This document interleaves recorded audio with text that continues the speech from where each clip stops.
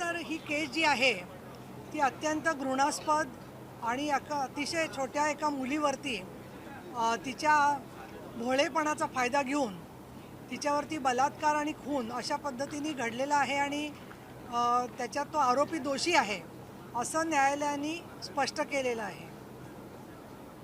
सगळे साक्षी पुरावे अगदी थोड्या दिवसांमध्ये म्हणजे 20 ते 25 दिवसामध्ये कोर्टाच्या समोर चालले आणि 29 तारखेला त्याचा अंतिम निकाल लागणार आहे।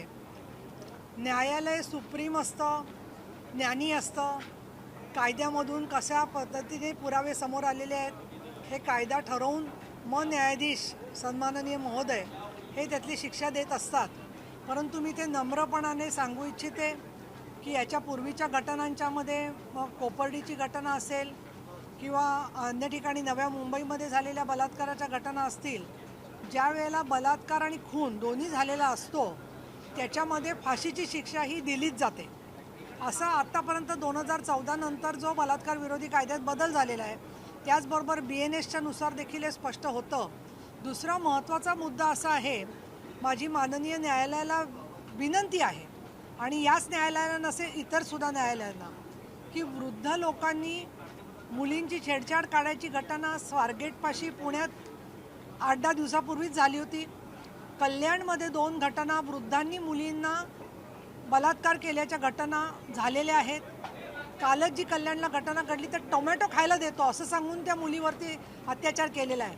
तर त्याच्यामुळे तो आरोपी वृद्ध आहे म्हणून त्याच्याबद्दल कुठलंही कनवाळू धोरण न ठेवता त्यांनी एका अट्टल गुन्हेगार तो आहे हे लक्षात घेऊन असे गुन्हे परत परत होऊ नये चिमुरड्या मुलींवरती या दृष्टिकोनातून न्यायालयाने तिथले साक्षी पुराव्यांचा विचार करून फाशीची शिक्षा द्यावी अशीच भावना माझ्या मनामध्ये आहे आणि आमची ती अपेक्षा आहे।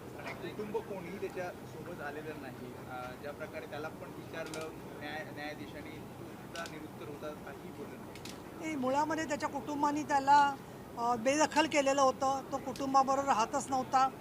आणि दुसरं असं आहे की कुणाला असं वाटेल, नातेवाईक फार थोडे असतील की ते निर्लज्जासारखे येऊन म्हणतील की हा बलात्कार करणारा आरोपी आमचा निर्दोष आहे आणि म्हणून मला असं वाटतं की कुटुंब आलं नाही काय हरकत नाही, पण त्याचे नातेवाईक इतर बलात्कार करणाऱ्यांच्या रूपामध्ये भरपूर समाजामध्ये फिरत आहेत आणि अशा शक्तींमुळेच अनेक वेळेला आरोपी पुराव्यांच्या अभावी सुटतात आणि म्हणून अगदी कुठलाही हा माणूस असा अंदाज नसतो आणि तो छोट्या मुलीवर झडप घालतो। अशा ज्या घटना घडत आहेत तर मला तर वाटतं सरकारने या मुलींच्या संदर्भात जे कायदे केलेत, कमिट्या केलेल्या आहेत, पण ठिकठिकाणच्या पोलीस स्टेशननी अशा प्रकारची हिस्ट्री असणाऱ्या लोकांची ऑफेंडर्स लिस्ट ठेवून ती देखील लोकांना जर का आसपासची कुठे तपासणी करून घ्यायची असेल तर ती उपलब्ध करून दिली पाहिजे की या माणसाची किंवा अशा लोकांची काय काय प्रकारचे लोक गुन्हे करून संभावितपणे वावरत आहेत त्याची देखील प्रतिबंधात्मक कारवाई झाली पाहिजे।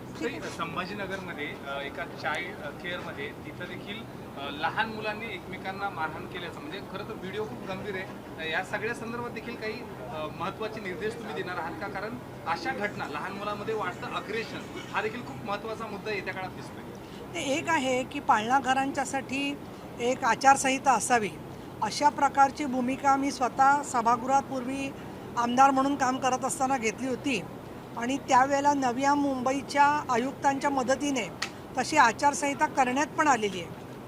राष्ट्रीय महिला आयोगाच्या वतीने देखील राज्य सरकारला तसे निर्देश देण्यात आले होते, परंतु ती काही कारणामुळे आचारसंहिता तशीच प्रलंबित राहिलेली आहे।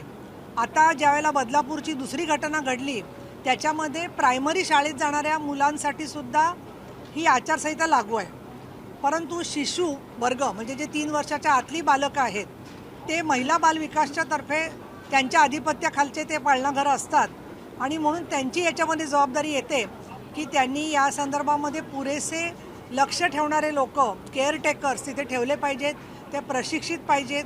त्यांनी मुलांना शारीरिक कुठे मारहाण करू नये आणि काही हाल केले तर CCTVद्वारे पालकांना कळावं की आपल्या मुलांशी कसे वागतायत। अशा सारख्या सूचना फार आवश्यक आहेत असं मला वाटतं। छोट्या मुलांना त्या काही कळत नाही आहे त्याच्यामुळे त्यांनी अशा पद्धतीने मारहाण केलेली आहे, परंतु मला असं वाटतं की ज्या प्रकाराने मुलांना TV चं ॲडिक्शन लागतं आहे आणि मारामारीसारखी TV वरती बघतात त्याच्यामुळे सुद्धा मुलांमधली हिंसात्मकता वाढते का काय याच्याबद्दल सुद्धा लक्ष देणं गरजेचं आहे.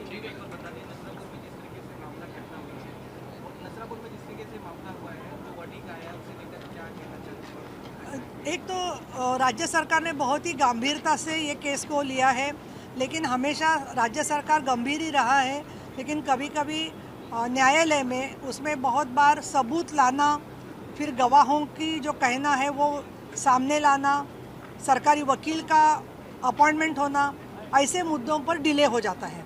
लेकिन ऐसे स्थिति में जल्द से जल्द ये सुनाई दिया और वो आखिरी नतीजे तक पहुंचा है कोर्ट. उसके लिए मैं कोर्ट की बहुत आभारी हूँ. और मेरी ये अपेक्षा है कि जिस तरीके से BNS में बदलाव आए हैं और उसी के साथ साथ जो बलात्कार विरोधी कानून है उसके मुताबिक मर्डर और रेप नाबालिग लड़कियों पर करने के बाद में फांसी की शिक्षा हो सकती है. अभी तक कोपर्डी में, नए मुंबई में, पवना नगर में जहाँ जहाँ ऐसी घटना हुई है वहाँ पे फांसी की सज़ा हुई है, लेकिन दुर्दैववशात उसको अमल में लाने के लिए बहुत समय जाता है. तो वो कभी कभी समय हाई कोर्ट में फिर जाती है केस, फिर सुप्रीम कोर्ट में जाती है, और ज़्यादा दिन अगर वो आरोपी या जो गुनहगार है वो जेल में रहता है तो बाद में उसको बेल भी मिल जाता है. तो मेरी सरकार से ये, और ख़ास करके सुप्रीम कोर्ट और गवर्नमेंट ऑफ इंडिया से ये मेरा रिक्वेस्ट रहेगा कि हाई कोर्ट के बाद में जब सुप्रीम कोर्ट में केस जाता है तब वो भी उसमें जल्द से सुनाई देना ज़रूरी है. और उसी के साथ साथ माननीय हमारी महामहिम राष्ट्रपति महोदय के पास में आखिर में जाता है वो कि क्या फांसी में वो दया दे कि नहीं दे. तो मेरी माननीय मैडम से बात हुई थी जब वो मुंबई आए थे, और उन्होंने कहा था कि मैं तो एक भी केस में ऐसी दया नहीं दिखा सकती हूँ. तो इसके लिए मुझे लगता है बहुत बड़ी राहत है हम नागरिकों को, महिलाओं को. तो ये सब ध्यान में रखते हुए फांसी की सज़ा तो होनी चाहिए, लेकिन उसको अमल में लाने के लिए भी कुछ काल विहित मर्यादा होनी चाहिए. 6 महीना है, 1 साल है, उसमें उसकी अमल बजावनी होना ज़रूरी है.